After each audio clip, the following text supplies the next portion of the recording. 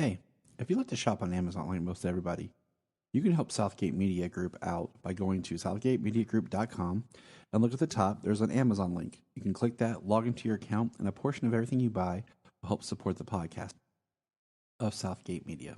So it's cheap, it's easy, and you're just doing the same thing that you would do anyways. This is Dan Jurgens, and if you want to have a good time, keep listening to the Krypton Report. It's a bird. It's a plane. It's Superman. Jason J. Lewis, the voice of Superman on Justice League Action. This is Mark Wade, writer of Superman Birthright, and you're listening to the All Things Kryptonian podcast, including Superman and Supergirl. We discuss games, movies, cartoons, TV shows, and comics. Find us on Facebook, Instagram, YouTube, and Twitter. Hey guys, before we get started, I just want to say, if you haven't done so yet, but check out the Aspiring Kryptonian podcast as well as the Last Sons of Krypton podcast, both hosted by friends of ours. Good time in the world of Superman. Welcome to the Krypton Report. I'm your host, Tyler, the Superman of Blue, the Man of Tomorrow. And with me to fight the forces of evil is my better half, the Superman of Red, the Man of Steel, Mr. James Cole. Hey, that's funny. Superman Red, Superman Blue, and we're gonna be talking about Superman Red and Blue today. Yes, we are. Yes, we are.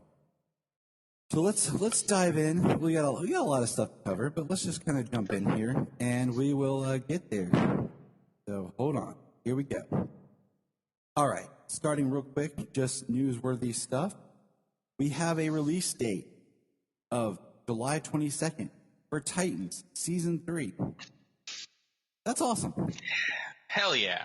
Hell yeah. You know, it's funny because like the first Titans, premiered in September, but they've moved it to a summer show, which I like. I like that.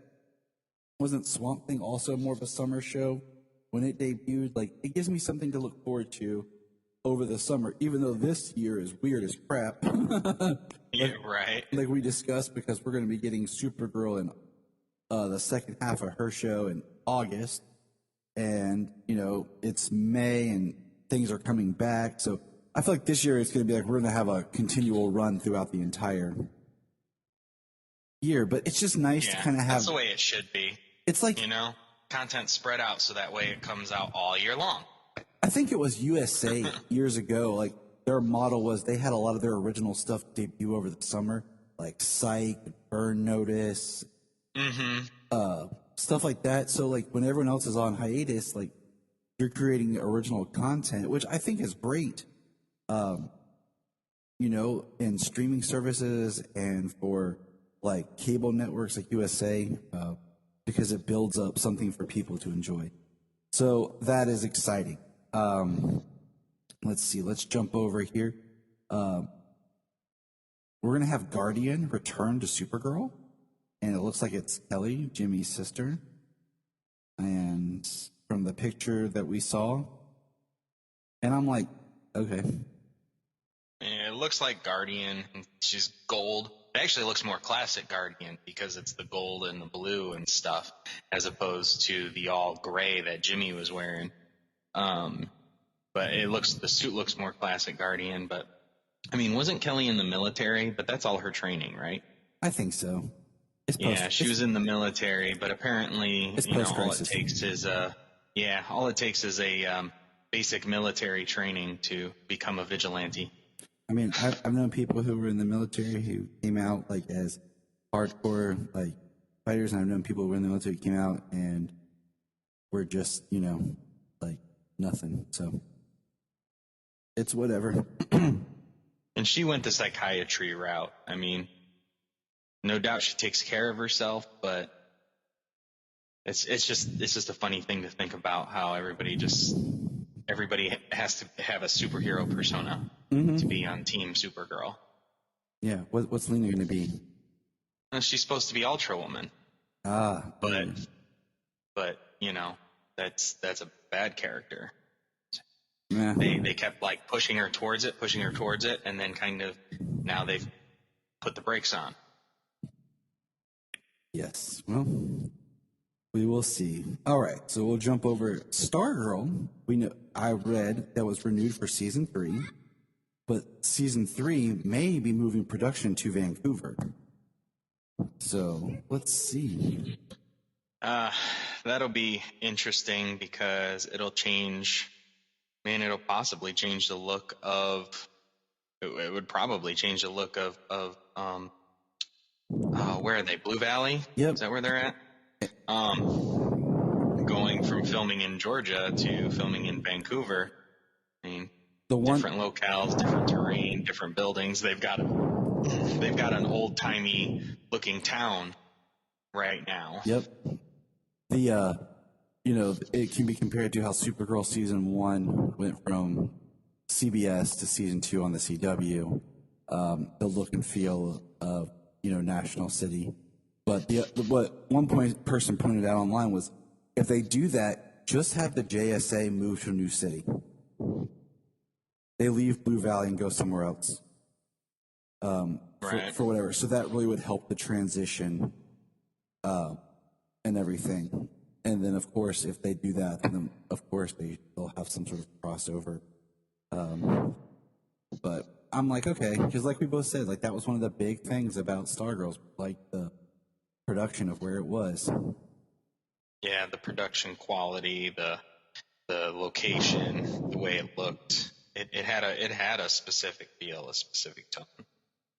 And moving it to Vancouver might change that. Hopefully not, but we'll see. I'm looking forward to season 2 coming out this August, though. Oh, me too. So are the kids. Me and my daughter have to rewatch season 1 so we can watch season 2 when it comes out. We haven't like rewatched season 2 like set down straight through, but like we've slowly been rewatching because Sayla will be like, we watch Stargirl and stuff. So it's been good. We watched a couple episodes, but that's it so far in our rewatch. Did you know that Stephanie Brown was coming to Batwoman? Not until you sent me that photo. I did not know until I saw the article, and I was like, oh, and she's a redhead. Like, why? How many times have we gone over hair color on this podcast to just help keep things consistent?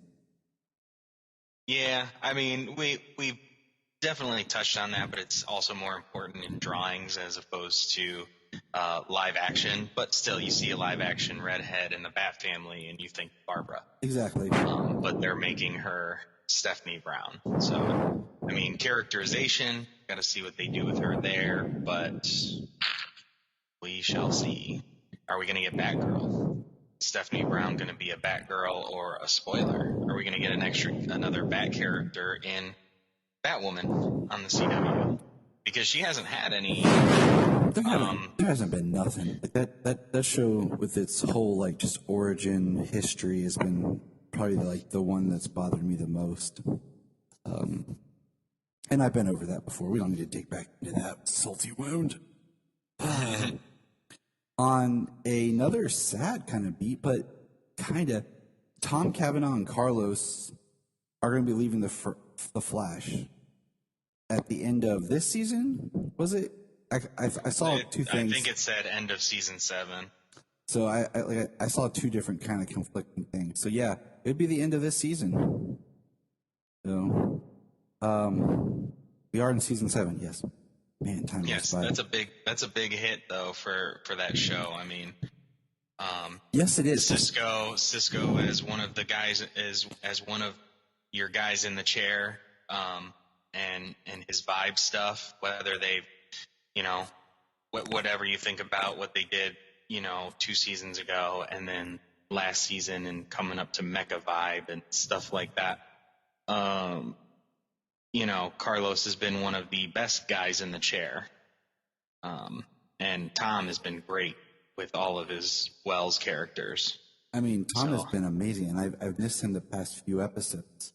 In a lot of ways, I wonder how much COVID has affected The Flash, just the way they shoot and film the episodes. But, I mean... We'll get into that when we talk about Supergirl today again as well. The thing with The Flash is I feel like they were doing this soft reboot of the series because Carlos was supposed to leave back around Crisis Time. And then wasn't the talk back at season 5 that he might leave in season 5, and then Yeah, He stuck around for season 6 and Crisis and all that, and then now he's here still. exactly. So it's like, oh, okay, all right. So, but Tom leaving, I think, is the big one. But I'm just kind of curious, like, like this season, he did his big, he's now the Harrison Wells, like the original Harrison Wells, in a post-crisis world, and then he's disappeared. And I'm kind of curious what he'll do, if he'll appear in a couple more episodes, And the thing that's got me is they've started to work on building Chester up. Like we had our, Cisco Chester episode earlier this season. And I feel like the Team Flash itself needs a reboot. I'm hoping that's kind of coming, and we'll talk about that with our next little tidbit. Because there's no other characters on there that I really am like. Because I feel like they haven't announced it, but I feel like they're building up to let Caitlin too.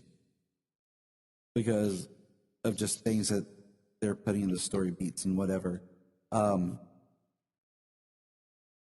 Because I can't remember her name. Like the other girl that's there. Not Daniel, but like the character name of the other new person. Oh, wasn't? It's not Allegra, was it? Is it Allegra? Is it Allegra, or is that her sister? Just the thing. Or is that her cousin? I can't remember now. And that's what I'm saying by like, they're just characters that I'm like not that interested, invested in. Like you got rid of Ralph, but that's a whole nother subject. Why? But okay. And Carlos is leaving. You took Carlos. He didn't want to be Vibe. Now that he's Mecha Vibe. Yeah, it's Allegra. And I'm just like, man, your supporting cast has just been kind of in and out. I mean, I would have loved like Pied Piper to come back or Julian to come back. Would have been really neat in some post-crisis, or even Eddie in post-crisis.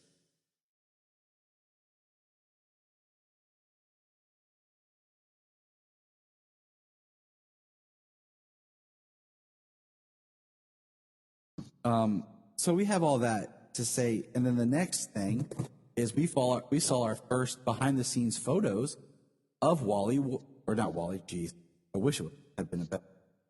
Of Impulse, of Bart, and he's with XS.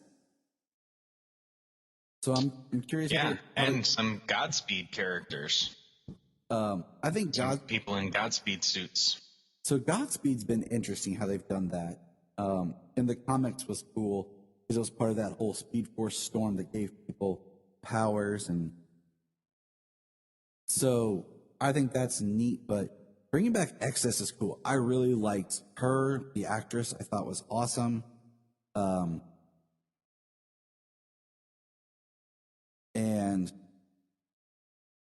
I just wish, they how they did her was crappy, but I'm hoping her back would be awesome. She was awesome. Like it's so weird that, she's playing Barry's daughter. The actress is technically, looking at her, she's a year older than I am.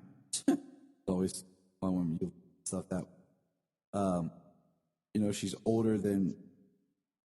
She's a year older than Candace, and older than Grant is always fun.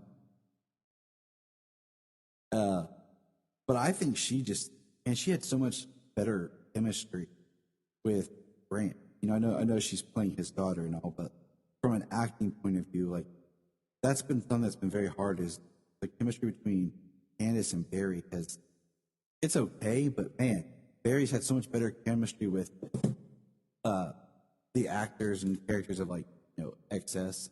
What's his daughter saying that? Just Kara and of course Patty. It was just like, man, if they would have cast her maybe originally to be Iris, could you imagine just the strength that maybe could have been there for the characters? Right. So, because Iris is one of those characters that's just. Sadly, she's one of the weakest written characters of the show. Has been for a long time, even back before she got to be the journalist when she was kind of doing her roundabout thing she was doing for the first couple of years. And then her relationship with Barry. I mean, they've had moments, but it's kind of messed up when your primary relationship in the show has problems with its chemistry. Yeah, because you're supposed to be cheering for them. Like, are you caught up on the series at all? No. Okay. There was just some dialogue. I don't have time right now, Tyler. I want to be, but I can't. Yeah, I know. I find weird time. I find myself right now, just because I've been more busy with stuff, the kids, catching up a lot of these either like on my phone, like it'll be on my phone when I'm cooking or whatever, or in the bathroom, sitting there like, well, just put this on. Right. Just trying to, like, whenever I can get a chance to sneak something in, or I get up a little early to watch something, and let's see. So we got that. Hey, you remember that other DC show that everyone forgets exists because it's on a really weird network that nobody really talked about? Pennyworth? Yeah, Pennyworth, man. Yeah. I was reading that Pennyworth is trying to move to HBO Max. And I'm like, yes, because it's a cool show. It's in the vein of Gotham. If they want to keep pursuing these original multiverse type shows that have no connection, this WB thing, you know what I mean? They say they're using multiverse now as just a way to just keep generating products that don't have to be connected. Yeah. Which is fine. I mean, but Pennyworth is one of those shows that I like, but I think it could have been much better. Especially like looking at the first season, Phil and I recorded on it for season 1. He didn't want to do season 2. I watched most of season 1. I did not get to finish it. I think I have like 2 episodes left. And, and I did not watch season 2. Season 2's been better. Unfortunately. Well, it's on Epix. I don't have Epix. Right. If it moves to HBO Max, I'm going to watch it. Absolutely. And that's the thing is, Epix is so weird for it to be there, but it's like Krypton on Sci-Fi, man. Yeah. I did the Epix, like the free trial or whatever. And I did it for 7 days through Amazon. And then I canceled it and then did it through Epix under a different credit card for 7 days. Canceled it. Playing the system. Yeah. And then if you time it right, you can actually get 2. If you wait till the day after the episode airs, you can actually in that week time get 2 episodes in on the free trial. So yeah, I kind of did that. And now I have a different way of being able to tisk Tyler, tisk. Now I log in through my good friend Brian's account, but whatever. But yeah, I mean, Pennyworth is a cool show. I think it deserves, and I think it would become better and more people would watch it if it was on HBO. I feel like if you're Warner Brothers / DC, you're wanting to funnel all your stuff to a central location. That's why now all these streaming shows and stuff of DC are all being funneled back to HBO Max. They're trying to get it all back, Yeah. Like Superman and Lois on HBO Max. Stargirl went to HBO Max. Everything that's coming off the CW that wasn't in the prior contract is going to HBO Max. Yeah. And speaking of CW, I did not realize that this week was the premiere of Legends. Season 6. Yes, sir. So this week, technically, we got new Batwoman, new Black Lightning, new Flash, new Supergirl, and new Legends. Awesome. And the only show I'm behind on by a couple of us is Batwoman. Janine and I were watching it together. So we could, just kind of have it on the background, do other stuff, and talk. But that was cool. I thought that was neat. And then I don't know if you watched the premiere of Legends, but all I'm going to say is retcon. I'm going to say I did not get to. I haven't finished Legends last season, So I did not watch the premiere. And then Solomon caught the end of it, and Solomon likes Constantine because we met Matt Ryan. So he's like, "Oh yeah, I remember him," And Right. And that'd be really exciting. And he was a cool. And Solomon's like, "Can I watch Legends?" And we've watched it before, buddy, but sure, because there's stuff I forget. I was younger, we've watched, just remember. So he wanted to watch it, and we started it from the beginning. And I'm like, "Dear God, it's a completely different show." Like when you start the pilot of Legends, it feels like a DC show, and then when you go into it now, you're like, "What is this?" And I think that's my problem with the series is there's no other than Constantine, the one of the reasons we love these shows is because of the costumes and the comic book characters, and now most of the characters that are on there are characters that were made up for the series or are spin-offs of characters, like we had Vixen and then kind of, and we have Constantine, but White Canary, she don't even wear her costume anymore. She was just for this, this universe. The Atom's gone. Citizen Steel never Colossus out,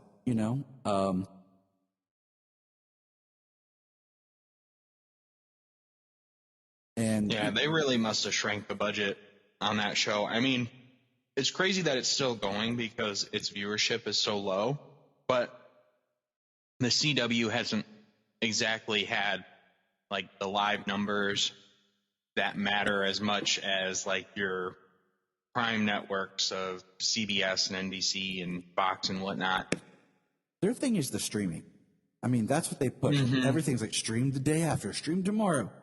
That is really their niche, is being that where, oh, you missed it live, you can stream, and it's worked, I think, for them. That's what makes, I think, them do so well.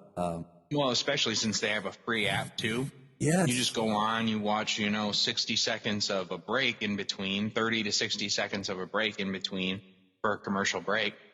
So the ads are still paid for. You got a commercial break. You get to watch the show for free. It just keeps, just they drive the traffic and they know the numbers. They wouldn't justify greenlighting five DC shows for a next season or picking up new ones, things like that, if they weren't consistently getting, their revenue from their live and their streaming. Exactly. So we have that. And then the last thing is a hot button topic, and it's going to kind of take a moment, but it's been reported that the J.J. Abrams produced quote-unquote Black Superman film, the first draft of the script will be delivered in December. That's going to be able to give us our first indication of who this character is, what the character is about, and the direction that they're going. Vanity Fair, or the Hollywood Reporter also had big articles about they're seeking a Black director for this project. And, this has been a hot button of discussion, and I thought, okay, if I want to talk about this, there's my point of view as how I feel. There's a number of reasons why it's a hot topic than just,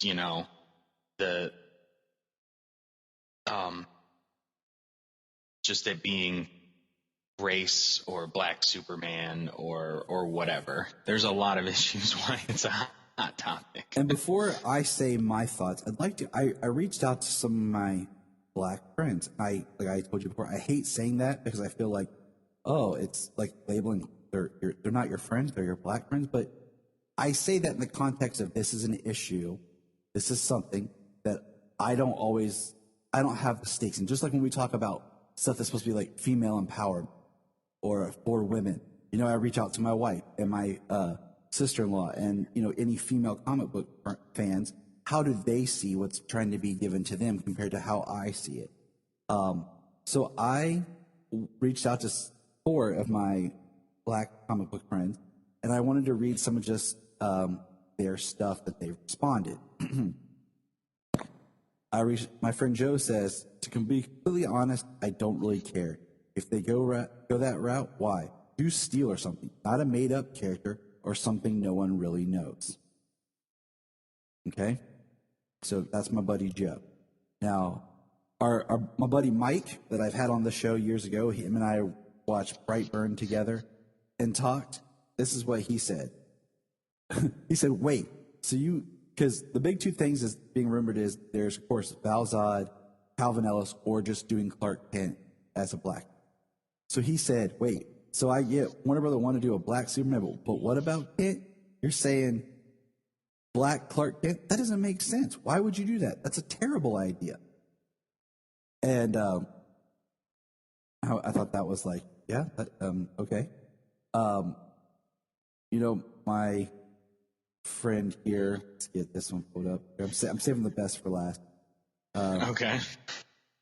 My friend Donovan says, if they want to make Clark Kent black, I don't have a problem with that. It's just another case of a studio trying to get a certain audience. I can hear trolls already. Clark Kent isn't black, but I think they have great characters, like you said, that they could use. They're already starting to tackle the multiverse. Once again, the executives are not reading comics. And then my buddy Leonard here says, I'm at a point now where I'm completely tired of the pandering. It's nauseating to me. Like you said, there are original characters to choose from. For the life of me, I don't understand why they've yet to bring Jon Stewart to the big screen. Most of us black kids who follow this stuff know from the 90s Justice League. So he's literally the only Green Lantern a lot of us know. Not a lot of people know who Calvin Ellis or Val Zod is. So it's just going to come off as pandering for some people if you're bringing those characters to the big screen. But these are just my opinions. And he later said, if you're going to go that route, you'd better off doing Val Zod. Introduce Power Girl as well and make it on another Earth. It's possible it could work, but you'd definitely be gambling on whether or not black people would watch it. And then he sent me a video today on YouTube that I shared the link on our Facebook page because I think it kind of sums up what a lot of these are saying. So now that I've been able to voice their thoughts, James, what is your thought? Yeah. So, well, a lot of things that go with this. I mean, one, they announced this on Henry Cavill's birthday. Yep. This is one of the reasons why people are upset. They literally announced it on his birthday that they're rebooting Superman, or at least creating a Superman movie that doesn't involve him, that involves a completely different version of the character. I mean, that's a snub. I mean, that's a snub if there ever was, you know? Mm-hmm. So, I mean, that's just horrible. The fact that they're they're using the multiverse to just greenlight any property that will garner them some goodwill. I mean, if they were to create just this movie, the rumor being like a 20th century period piece where Clark Kent is a black man. If they were to create an interesting story, it's going to be something completely original. It's not going to be anything that we know is Superman, that is Kal-El or Clark Kent. If it's good and interesting, I'm going to see how it turns out. If it does get made, I'm going to see how it turns out, and I'm going to see it. It's going to be a multiverse take. But also, I feel that they're doing this as a way to be like, look, we have, they came out with that article a little while back, where they were like, look at all these diverse people we have working on these projects. I mean, they literally spelled out like what nationality all of these executives and writers and things are. You know what I mean? Like, It's all PR right now. They're like, oh, look, well, hey, we can make Black Superman. Well, isn't it just as disrespectful to make a Superman, a Clark Kent, a Kal-El, a black character in a different universe? I'm not saying they can't, but isn't it just as disrespectful to make Clark Kent that character in a different universe, a different world, than using the already crafted black characters that are Superman in the multiverse, in the comics? Now, for Val Zod, we talk about Val Zod. His character from Earth 2, they are not going to do that story, okay? He was in Earth 2 at the end of the world when Darkseid and Apocalypse was destroying their Earth. Yep. They're not going to do that story. But if you do a Val Zod story in, say, a 20th century story, like they're pitching, like the rumor is that's being pitched, that the script is going to be, I mean, you would be servicing a character who's been created, who's already a black character, and telling a completely original story with a character that people don't know more about, that would actually garner people to say, hey, where'd this character come from? Because they're not going to find a black Clark Kent in the comic books. Right. It's not going to drive people to find a black Clark Kent in the comic books. But if you say, hey, this is Val Zod and he came from the comics, and you know what I mean? Like, that would actually translate over. So I feel it's still racist and disrespectful to do it the way they're doing, because they're actually snubbing the characters that are there. So in that video that I posted, and it has explicit language for those who are sensitive to that, but I highly recommend it. Everybody check it out, because he states what you're doing by doing this is you're only validating the only characters that matter are the original white characters, that you're just making them black, because the black original characters don't matter. So it's so similar to what I'm saying. The black original characters don't matter. You're still disrespecting the black original characters. Right. And I think, like I've always said, my Green Lantern for a film or anything has always been Jon Stewart or Jessica Cruz, just because I think another female element was needed in, Justice League and stuff. But I think, first of all, a black Clark Kent is cool if you did it for like a comic book, like all the multiverse type, what if type comic books that we get.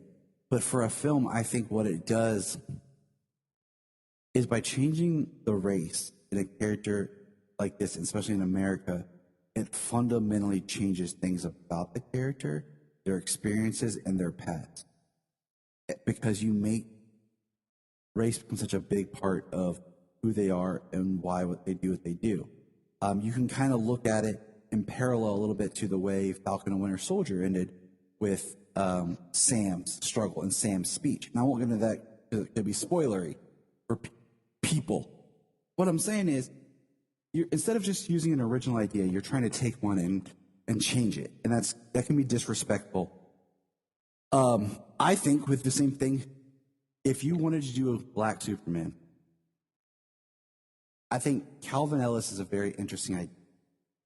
I think because you can show this person, once again, it's another Earth, and we know that they're not opposed to doing other Earths because they have the Batman is supposed to be on another Earth, and you have the concept of black Superman, but also president, and the idea of, if you're a president of a country and you're leading a country, you have certain rules and obligations to follow, but at the same time, you are Superman. And what does that mean? Superman acts in the sense of not political borders and things like that. So what happens if you're Superman and president and someone finds out? I think there's an interesting story there.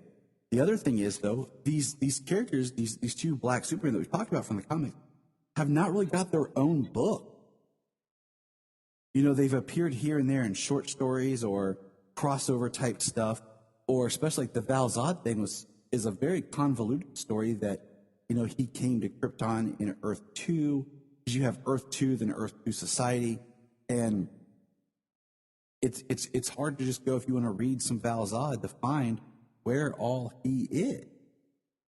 Yeah. So, you know, if they want to do Black Superman, they need to roll out a book, a title with one of these characters or both of them in like limited series or whatever kind of they're bringing back Shazam, and tell their stories. Give us them as the lead protagonist so that people can identify with it, because I think no matter what they do here, it's going to be a hard sell, and they're going to hit it from both sides, because you're going to have people who are saying you're pandering, or who is this? This ain't Superman. And there are going to be people who are mad if you make it a black cartoon.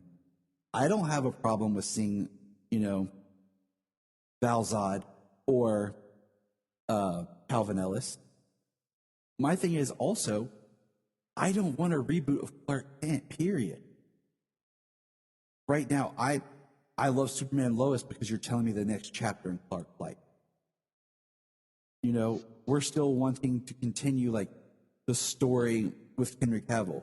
You know, they didn't go back to the origin for Brandon Routh for a reason. Like, you know, like we have Smallville, you know, it's been a while, but I want to continue my character's journey and his actions. I don't want to start over again. Yeah.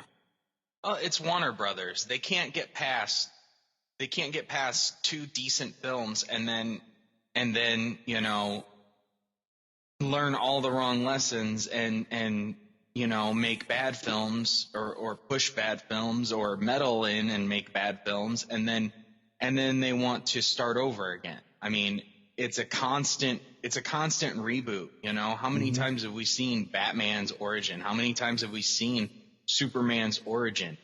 You know, they're going to give us another Superman. His origin is going to be the same. The only thing that's going to be different is going to be his, you know, what his life is like on Earth, and being a black man and growing up with superpowers and things like that. But they're, like you said, they're just throwing that on to fundamentally change a character just to make him a different race, when there are already actually characters who match that, who can be put into an original story, just like Clark Kent and Kal-El can be. You can be put into an original story and create a movie and garner interest for a new character, a character who was actually created black. Mm-hmm. You know what I mean? Like, it's just another roundabout way of being disrespectful to I mean, you know, these characters are black and they're not using the black characters. So, I mean, I've been saying for a while, what HBO, Warner, DC, whatever, they should just do a show that is the Milestone universe. So you could use all the Milestone characters. You know, how cool would that? Because, you know, I think doing an Icon movie, or, I mean, they're working on Static Shock movie. Okay, awesome. But I think it would be awesome to see like a Milestone universe television series. Yeah. Well, like you say, you bring up Icon. He's basically a black Superman in another area, but he's more alien. He's a full-grown alien person, and lawmaker, law enforcer on his where he comes from, and so he comes to Earth. He comes to Earth with a completely different background, and he doesn't act quite like a human person, right? You know. So he would be very interesting, but then it's harder to sell Icon. You know what I'm saying? Like, because they want to sell the big name characters, but now just race swap them so they think they can make everyone happy when really they just make everyone upset. Another thing to point out real quick, in the video, the guy talks about that, you know, they're seeking a black director, black actor, and all this. He's like, by doing so, you are now making it about race. You're not looking for the person for the best job. You're making it about race. He's like, it's not like in Black Panther, where Black Panther is ethically, he's a original black character that was created that is from Africa. So the idea is to get people that connect to that culture and that character to bring it to life, which makes absolutely complete sense.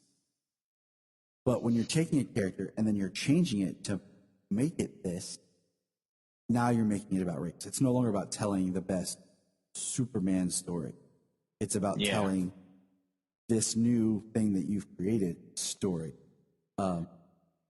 So it's going to be a development thing, you know. I look. It is ridiculous. It is all so tone deaf.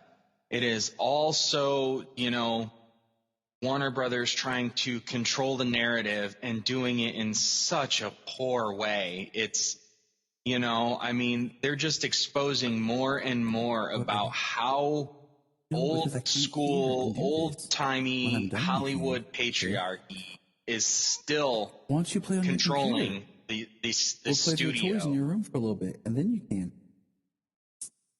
You're absolutely correct.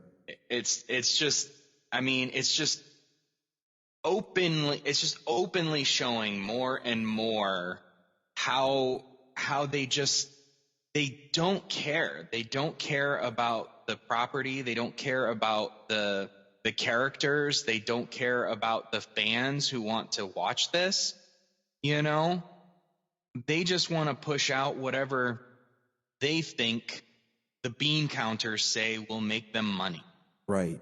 Not telling a good story, you know, not telling a good story. They want a good story because they want that it's going to make them money. And that's the downfall and the backlash that we're gonna hit. And like I said, December the draft is supposed to be in, and that's when we'll be able to actually see what the idea and where they're going. This idea. So we've kind of said what we want to say right now, and we'll just see where it goes. I think that, you know, it's just kind of, what do you call it? It's very it's sad. Tone deaf, and they're just It's very sad that this is where they want to go with this character. It's like, in a way, it'll be like the third time that they were not sure what to do with Superman. You know what I'm saying? Like, you can argue yay or nay that there was misbeats in Man of Steel, and I think a lot of it was what came after was that showed they didn't know how to handle Superman. But this will be, you know, just another one of those, oh my gosh, look how they can't handle this character moments. Yeah. Well, we know that, you know, they greenlit Man of Steel because Chris Nolan and Goyer, and they brought in Zack Snyder. They greenlit that. And then they decided to build up the universe. And whatever story Zack had next, they changed out of the gate.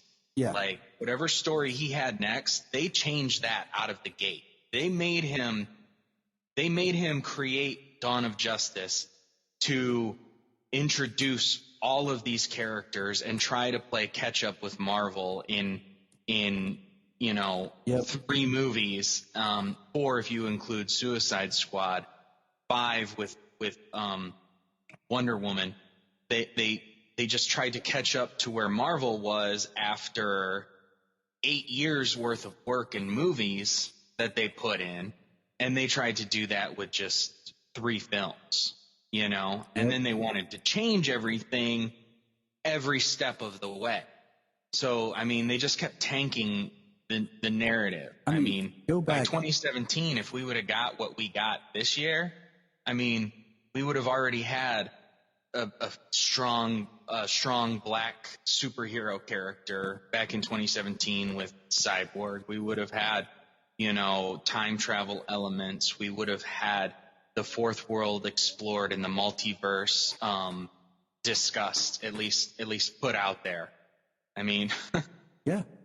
I mean, the whole Ray Fisher Cyborg thing and the experiences that he's had just adds to this.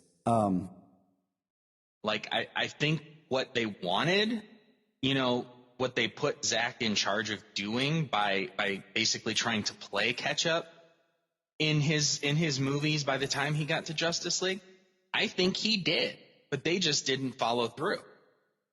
You know, go back, and this is something that we have talked for years about doing an episode on, that I have extensive notes I took that we just didn't get to do, was go back and do The Death of Superman Lives. right from that moment is where it was that right there proves they didn't know what to do with Superman. Because they had this idea that they pulled the plug on, the other ideas that swirled before it, and then after it, leading to Superman Returns. And then when that happened, they've just not known what to do with this character since basically Superman 3, as far as a film goes. But we can keep going. Let's get into Supergirl. I mean, that's why we were originally going to talk, but, Supergirl Season 6, Episode 6. Prom Again? Yes. The one thing about this that jumps out the most for me is it's directed by Kyler Lee, who is nowhere in this episode, so that makes sense. Yeah. Typically episodes that are usually directed by one of the actors of the show, the actor doesn't have as much time in there.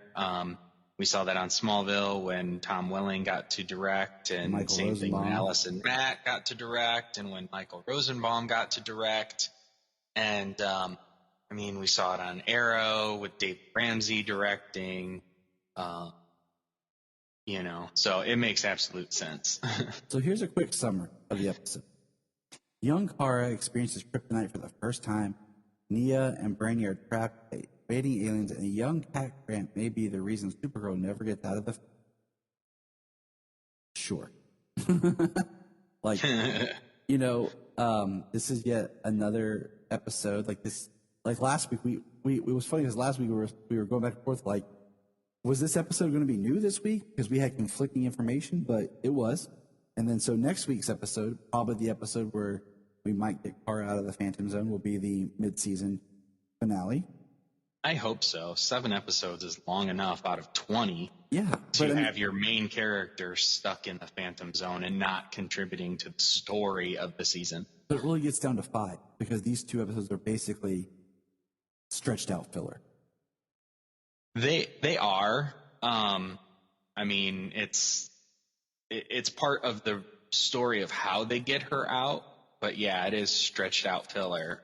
It did not need to be 2 parts. We didn't get Melissa in 2 episodes. We didn't get any current timeline people in 2 episodes except for Brainy and Nia.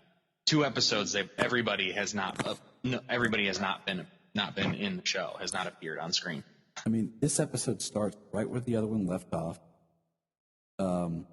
With Nia and Brainy in a power dampening field. And we see Kat sees them. Brainy, they get free. They mentioned space cops, but that was just Brady saying stuff. I thought it was going to be an allusion to Green Lanterns, but it wasn't. My favorite part is when the fist bump that doesn't happen, Yeah. Because I'm like, fist bumping, I'm like, oh yeah, that's nice. I'm like, that doesn't feel that old. Like, people still do that. Like, besides, everyone not trying to touch each other right now. But right now, everybody elbows. Yeah, like the elbow, or the imaginary, head nod, whatever. But I thought that was funny. They do say they actually need her blood. So they've always said DNA, but they actually say in this like they need her blood. From Kara. The prom is a masquerade, and Kara's not going to wear a mask.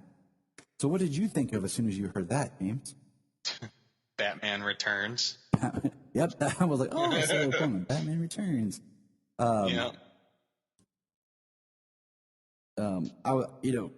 Once again, this episode, man, young Cat is annoying. Or should I say CJ Grant? Because then at the end she says, it's Cat. She lets out the villains, changes, history. She's on the ship. She witnesses the aliens, the blue guys, just everything that happens. Nia's powers. I don't think she quite sees Supergirl in there, but she does end up. I'm sure she does catch a glimpse of something she does, but. Yeah, she does later because we see that she's the reason almost everything comes undone because Kara, they have the whole meteor. Kenny and Kara are trying to talk. She's telling how she loves him forever and all this, their future together. We see the meteor coming. Kara flies up, punches it. And then there's Brainy and Nia at the site where the meteor is supposed to crash that has Kara's blood. And it's not there. It's blocked by Torque's ship because Torque is out because of that. Interesting though how Kat can reveal and drop the cloak from the ship by this, slight little blonde woman who looks like she's never walked a day in the woods in her life, throws a tiny rock at the spaceship, and it knocks the cloaking device out. And just by randomly pushing buttons, she releases them. But the ship remains cloaked when a meteor explodes and debris crashes into the ship. The ship remains cloaked. Yep. I have to say, last episode, and especially these blue alien guys, and the way that they've been having to film Supergirl in this very closed set type of way with the COVID protocols, they have reverted Supergirl back to Mighty Morphin Power Rangers, dude. Yes. The acting, the voices, the weird makeup and stuff. I know Supergirl is sci-fi, and I know it's been campy, but man, is it 90s Power Rangers. Oh, yeah. It felt like these villains felt like something that would appear on the later seasons of Lois and Clark. Like, I hated these villains. Like, I have it in my notes. It says, I hate these villains. They are so crappy. Like, this could be so much stronger, like, just from a dramatic point of in here, like, Kara has to make the decision to tell Kenny about she wants to not stay. And then, in the episode, they have this conversation. They have these epiphanies to each other, where she explains that she has to go. And Kenny talks about, his life working the store after his dad, and then he met her and how she's changed. But at the same time, he doesn't know if he can do this because, Kenny risks his life to try to protect Kara. And, he's taken because he says he's the Kryptonian, so they take him. It's just, it's even cheesy when Cat Grant calls Kara Kira. And, the coolest part's when Nia brings the pink leopard or cougar, or the pink cougar out of her dream into like real life. But the pink cougar is Cat Grant.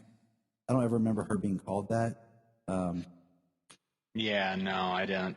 So she did draw. We did see that she did when she quit on the phone, and called herself Cat Grant. She drew it. She did draw the pink cougar as like the first label for like Catco. But that's because she did write Catco on it as well. But that's like after she experienced what she did. So I don't know. Well, it's the dream. It's the dream. It's the interpretation. I mean, the cat getting out of the cage, the cat not being there, letting them out of the cage. It was like, however they decided to, make the dream, an analogy for what's going to happen in the story. Right. So, even though the cat has real no pertinence to them because they've never seen the pink cougar or anything like that, it is still something. I mean, we're talking about premonitions. We're talking about dreaming of the future and interpreting things like that. I mean, not, it just being present in the episode because Cat did it, because Cat drew it, it references back to, okay, well, now you can see why it was that. You know what I mean? Yeah, yeah. Doesn't really have to make any sense except for loose strings. So here's the one thing is, so we have Kat basically expose the aliens, the ship, Kara gets arrested. She's in handcuffs. And Brandy and Nia decided they have a time shift. They'll just go back in time before, this happens. Before Cat releases. Yeah, and I was like, wait a minute. You could do that, but you couldn't go back in time to stop Lena from shooting Kara into the Phantom Zone? Right? Like, you could have used your ship just to go back a few hours to, try and change something so that Lena doesn't end up in the Phantom Zone. All you had to do is turn Lena so her bolt missed. But so I'm just like, okay, your rules of time travel, because now you're in Back to the Future Part 2, is what they did. Yeah. We're now Right. for the last few minutes of trying not to, trying to fix everything, solve everything, and then we have the scene of Nia and Brainy, and they're mission complete, and they check off what their missions were, how they fixed everything. Torque does get found by the DEO like he's supposed to. Nia talks Kat out of investigating this stupid stuff. She's a much better journalist and has a bigger goal in life. And then Kara, they get the meteor right, Kara, and they fix everything, and then they're headed back. And I'm just like, great. All right, you stretch this story out, and it was an okay episode. I mean, I think if they had been more serious and you hadn't had the whole Cat Grant angle, and you hadn't had these really lame Power Ranger villains, and not even Mighty Morphin, they made me feel more like when they did Turbo, and when it was really bad. When they stopped making all the big crazy costumes, or they went too far and the costumes were too weird and crazy. When you're just you are because Turbo is the worst of Power Rangers ever in the that in the original Power Ranger arc, which ends in space. I know some stuff about Power Rangers. After Power Rangers in space, the arcs change, and I've watched here and there with kids and stuff, but it was just really. It just was not an episode I was thrilled about. It's funny. It's funny. I'm looking at my Prime Video of Supergirl episode 6, and it says, and yeah, I'm sure it's for the overall series, but on the underneath this episode specifically, it says starring Melissa Benoist, Kyler Lee, and Katie McGrath. None of which were present in this episode. Yeah, it's funny when you see their names, it says credits only. Yeah. I don't know. It would have been fine as a one-off Midvale special, but 2 episodes, and just to do something and did we need it? Does it really help anything? It's all kind of retconish because of post-crisis with the Alex and Kara and the Kenny stuff, which was stuff that we didn't even have to revisit because we didn't think about it being changed because of crisis. So it just felt odd, and to be 2 parts, and now we have 1 episode, and then we'll get our mid-season. And I'm hoping, like you said, this is where we get Kara out of the Phantom Zone, and we're able to roll with that. So, because we've only got 14 episodes left of Supergirl, period. It's not just of the season. We got 14 episodes left of Supergirl, period. And it's the final season. And at this point in the show, 6 episodes into the season, we have literally no idea of what I want to see what they give us, and we're going to watch it till the end. But we have no idea what their plans are for the season. The villains, what the story's going to be. Are they just going to bring Lex back again to be the villain again for the third season in a row? Season 4, 5, and 6. I don't. Yeah, I feel what are they going to do? This beginning half, I feel is very much its own self-contained, closed season, and I would not be surprised if after they get her out of the Phantom Zone, the next episode is almost has a new season premiere kind of feel. Right. Because we don't even know the world. If you think about it, like the first episode we got, is William even going to still be part of the show, and Andrea and all that? Like, they're all gone. Like, they were in the first episode, and now they're not at all. It's all been very small and tight, with the Phantoms and our main characters. So will we get back into Kara's world? Yeah. Which, it's okay for this kind of closed off type part of the season that we're doing. I mean, we've discussed about having a more focused set of episodes, having like 2 arcs per season, maybe the first one informing the second one, but like 2 arcs per season if they want to have so many episodes, because we get the dramatic irony and the filler and stuff like that. Like, so is this part, the storyline is get Kara out of the Phantom Zone? What's the next story? Is it going to pick up? Is it going to be like, so the Phantom Zone informs the rest of the season what happened to Kara, or what happens when she gets out? Does Zor-El make it? What's up with Nixley? And I mean, like, is Nixley is that going to is that going to inform the rest of the season? It's just sometimes the last couple of years, and part of it's COVID, that's definitely hurt a lot of things. Part of it's COVID, but the last couple of years, it seems a little weaker than it had been, storytelling wise. All of the shows kind of have dipped in quality and storytelling. It really hurts that. Like, why are they doing that? It really hurts that we had Crisis when this big build up to like the Justice League type thing on TV, all the characters coming together, and then I was like, that was the pinnacle top moment, and then after that it's just been like that's when everything popped.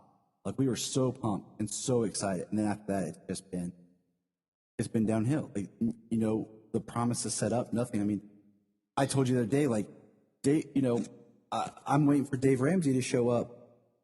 Yeah, David Ramsey. Yeah. I said Dave, but stupidly enough, like, wait, it's David. It's David. Oh, okay. Yeah. And I was like, wait, on Black Lightning, and really solidify him as Lynn's brother, because we're in post-crisis. Mm-hmm. And I really think it would be awesome. He's supposed to appear, like they announced he's going to appear on an episode coming up later on different shows, and I forgot to write that down. I just saw it in passing. And I just think there should be, like, if that's your crossover, one character that crosses each show would be fine. But, they've had these, like, odds and end dialogue about kind of half referencing each other kind of thing. But at the same time, I'm like, each one of your problems could be helped if you guys just called on your own. So. Yeah. But I mean, we acknowledge that in the comics too, but we don't expect that to be the case. So, I mean, same should kind of be said for the shows. Should be, but when it comes to like TV and stuff, like it works so much different because you have like your team up books and you expect that, and then you expect your individual stories. But like on TV, you're like, oh, you guys already kind of teamed up. Like, it's funny when you translate mediums and stuff. Right. It's like, how fast can Kara fly to Central City? How fast can Barry run to Blue Valley, or freaking why can't I remember the city in Black Lightning? Oh, Freeland. Because I've been waiting. Freeland. I've been waiting for the Flash and Black Light team up for a while. Yeah. And now, unfortunately, with COVID protocols and this being Black Lightning's last season, that's not going to happen, because they also film in 2 different countries, Canada and Atlanta in the U.S., in Georgia. So like, it's just not going to happen, because that would take a long time for protocols for shutdowns to happen, for quarantine to happen before they were allowed to go on set, that type of stuff. So it'd really pause an entire show to do it. Mm-hmm. So yeah, it's just, I mean, it's not going to happen that way anymore. But yeah, like, you're right. It did build up to this big thing. It gave us this really big tease, and now half of the characters in that tease are gone. And how long until the rest of them are gone as well? And then this is your opportunity to be able to do some retconning, like they have. I mean, but it's Kenny. Yeah. A character who we cared about in the one episode and was sad that he had died. And now, he's in 2 more episodes and he's alive because Crisis changed it. But it's like, okay. For what? Like, we're never going to see Kenny. Yeah.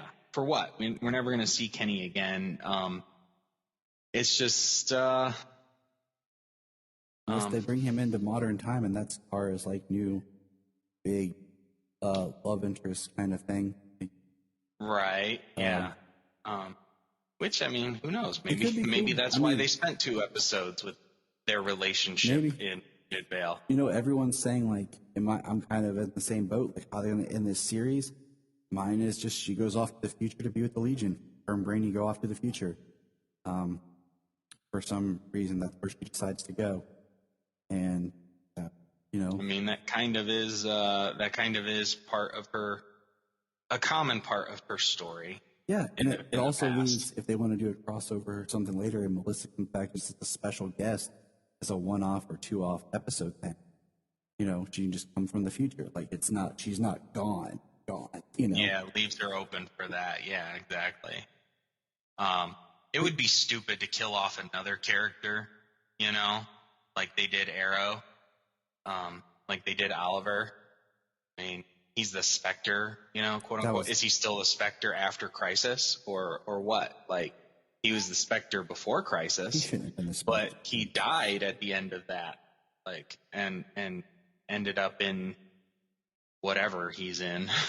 Yeah, like is he still the Spectre, or is he in that special heaven place with Felicity? Which, being stuck with Felicity like that sounds more like hell, but we'll digress. So that was, Prom Again. And, what's your thoughts, good listeners? Let us know. And